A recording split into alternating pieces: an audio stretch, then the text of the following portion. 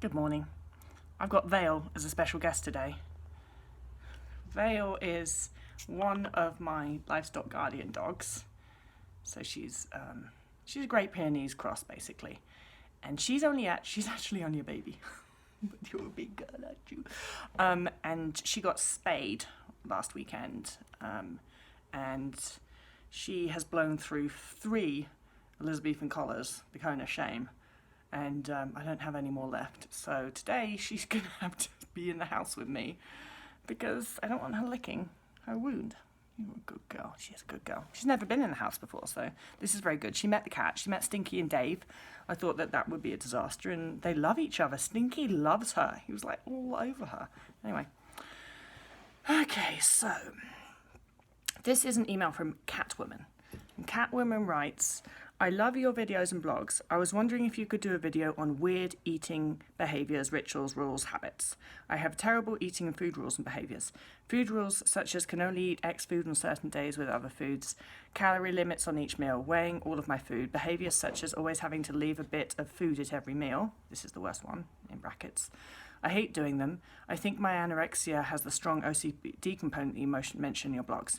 Anyway, thanks if you decide to make a video on this, as I'm not sure it's normal, even for someone like me. Thank you once again, Catwoman. Well, Catwoman, very normal for most, like many of us. Not everybody with anorexia has like the strong OCD component, but I'd say like really a lot of us do. And for many of us, it's almost like the worst bit, and it's definitely that and the mental hunger were the thing that just drove me insane. It was almost every waking minute there was a rule for something, and I certainly did on these days I eat these foods in this order, all of that stuff. And it's incredibly limiting because it just means that you can't be particularly free or spontaneous about anything. And so this is the real crucial neural rewiring bit, because it's a bit like your brain you have been taking these actions, you have been obeying these rules for so long now that you get to the point where you don't even know why you had that rule or what it stands for. Your brain just thinks that's what you do, that's what you have to do. So your brain is fearful of changing of anything, and it's really fearful for no other reason other than because that's what you always do. And so you have to train your brain that you don't have to behave like that you can eat whatever you want. And the only way that you do that is by breaking all the rules. And that's actually one of the recovery commitments that when I'm coaching people, I go through with them. You actually have to commit to anything that feels like a rule, a habit, OCD, restrict, thing like that. You have to break it. And it's not it's incredible how your brain can throw up so much resistance to breaking it.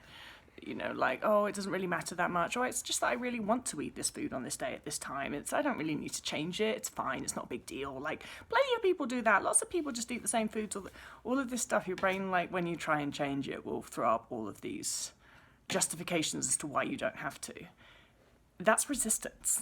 That's your brain trying to resist the change. And it's trying to resist the change because it's scared. It doesn't want to change. And so, in a sense, the more resistance that you feel to changing something, the more important it is that you change it.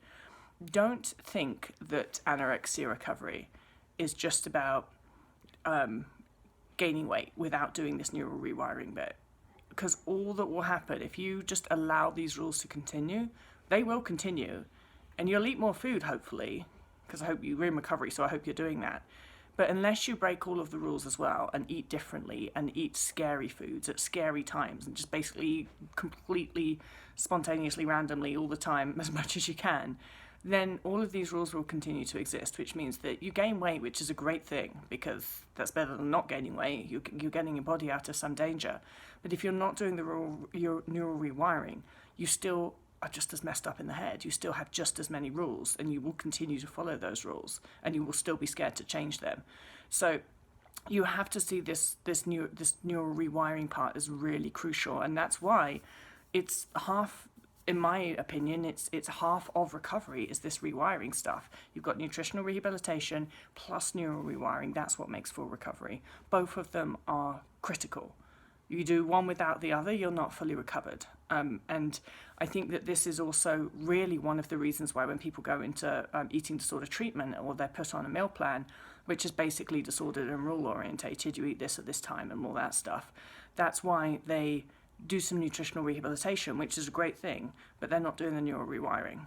And so then come out of treatment, and within usually a number of weeks or months, people find that they've relapsed. So yeah, in order to get that freedom, you have to do the neural rewiring bit, and that involves breaking all of the rules, habits, compulsions, rituals, anything like that. Even if you don't know if you should change it or not, just change it. Just change it to make sure. Oh, poor Val, she's sitting here panting because she's hot. It's not that hot in here, but she's used to being outside all the time. She loves being outside, and she's got this huge, thick coat. She's like a sheep. And so it's not even that. Look, can you see Stinky's hand coming through the door? Stinky loves Vale. It's not even that hot in here, but she is just not used to being inside. You're going to survive, pretty. You're going to survive. Poor little thing. Got a spade. Makes me kind of sad, but I guess we have to do it. Stinky's little paw coming under the door.